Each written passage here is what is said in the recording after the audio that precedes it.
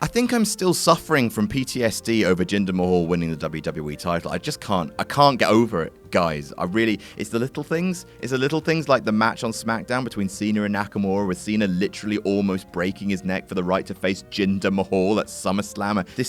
Sorry, it doesn't compute. I'm in the Matrix and the coder's drunk. People get on my case for getting on Jinder's case, but I maintain that I would be nicer to the man if he wasn't so unflinchingly committed to being Still, the Indian market is big. WWE wants some of those sweet rupees, so the torture continues with Shinsuke Nakamura suffering his first pinfall loss on the main roster to this man, this goddamn bloody man. I'm Adam from WhatCulture.com, and here are 10 things WWE want you to forget about Jinder Mahal. Number 10, he is Canadian. Amidst all that Punjabi partying on SmackDown and the nice Indian lady who the fans booed because she's not from here, WWE hasn't once mentioned the fact that Jinder Mahal is actually a native of Calgary in Canada. Mahal has Indian heritage, of course he does, yet his formative years were spent growing up in the same city as the infamous Hart family. Having Mahal coming out waving the maple leaf flag and saying A after every sentence probably wouldn't get him the same heat as wearing a turban or flaunting his Indian wealth, and that should probably say more about us than we care to admit. Number 9, he was the worst part of 3MB. That's like being the unfunniest joke in an Adam Sandler comedy. Yeah, take that, Sandler. Nobody's safe today. When Jinder Mahal first appeared on WWE programming in 2011, he appeared much as he does now, like an Indian $1 million man, the million rupee man. Although that's only worth $15,000, that's appropriate. So that whole thing didn't really take off, so they made 3MB and Jinder became a rocker, playing air guitar and throwing up the devil horns, and that didn't work either. Jinder looked totally out of place in between Slater's Axl Rose looks and McIntyre's flowing hair. It was as though WWE's writing staff had just closed their eyes, pointed to a random member of the roster. Come here, Jinder, pop these leather trousers on, we've got a job for you.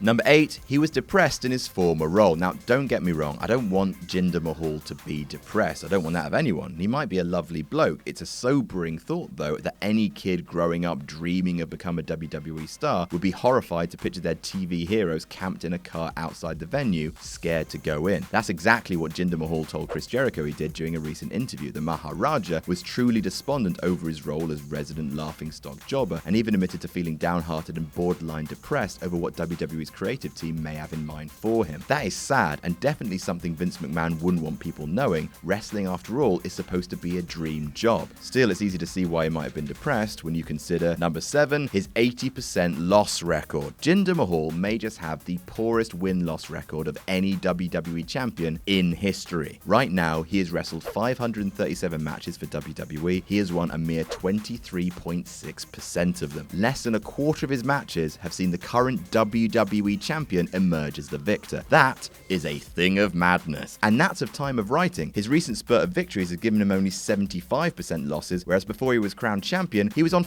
80%. 80% of his matches ended with him looking at the lights. The world is mad. I am mad. Why aren't people more cross about this? Number 6, El Torito beat him in his final match before being released. Oh, come on. Now, I'm not going to disparage mini wrestlers. In Mexico, it's a perfectly legitimate wrestling division, but in WWE, El Torito was once knocked over by Bo Dallas as he ran past without Bo Dallas noticing. That mistreated little bull has defeated the WWE champion. On his way out the door in 2014, Jinder faced Los Matadores mascot El Torito in singles action on the May 30th SmackDown show. After being rammed in the rear by Torito's horns, Mahal comically chased his diminutive foe around the ring, holding his butt. Jinder then received a top rope powerbomb from the small bull. Seconds after a botched moonsault, Mahal had lost to El Torito on national TV. To his credit, he did the honors without complaint, although Mahal did make sure to kick out just after the referee had counted to 3, like Hogan jobbing to the Ultimate Warrior. Exactly the same. Number 5, his NXT run was treated as a demotion. Years before it became the crown jewel of the WWE network, in June 2012, NXT was simply the replacement of FCW as the new breeding ground for talent. It was also a place those struggling on the main roster could seek solace. Jinder Mahal was one of those men, and he'd even make it to the final of a Gold Rush tournament designed to crown the first ever NXT champion. There, Mahal did the honors for none other than Seth Rollins, proving he was enhancement talent even in the Farm League. The tournament final or no, the truth is that Mahal had no place on shows like Raw and SmackDown in 2012. That was just over 1 year into his first run, so no wonder the guy ended up disenfranchised by life in the promotion. Number 4, an embarrassing merch stat. Did you know that in the history of the WWE shop, Jinder Mahal is the first and only man to be crowned WWE champion without having a single item of merchandise on sale? That is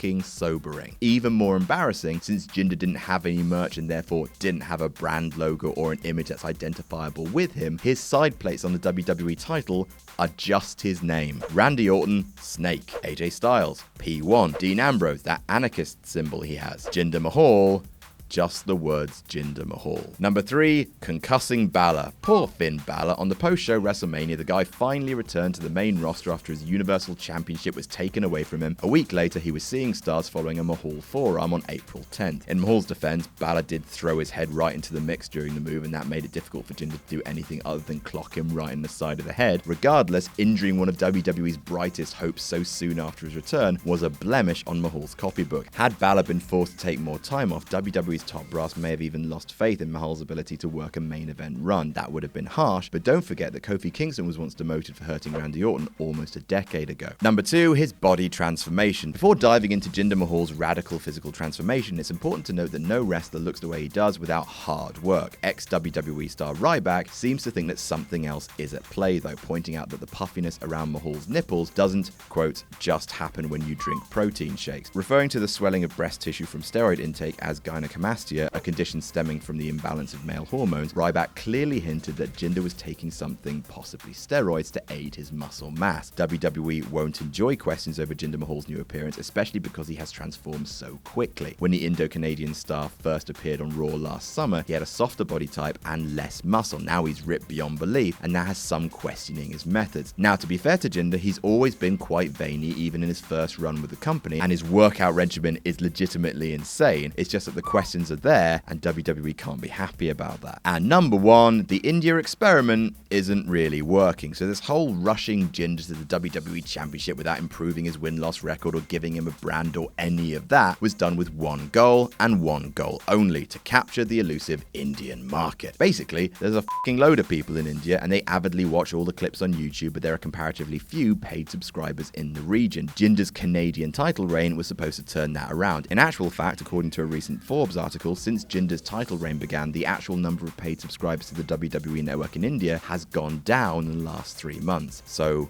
that begs the question, can it end now, please? I've forgotten what a good WWE title reign looks like.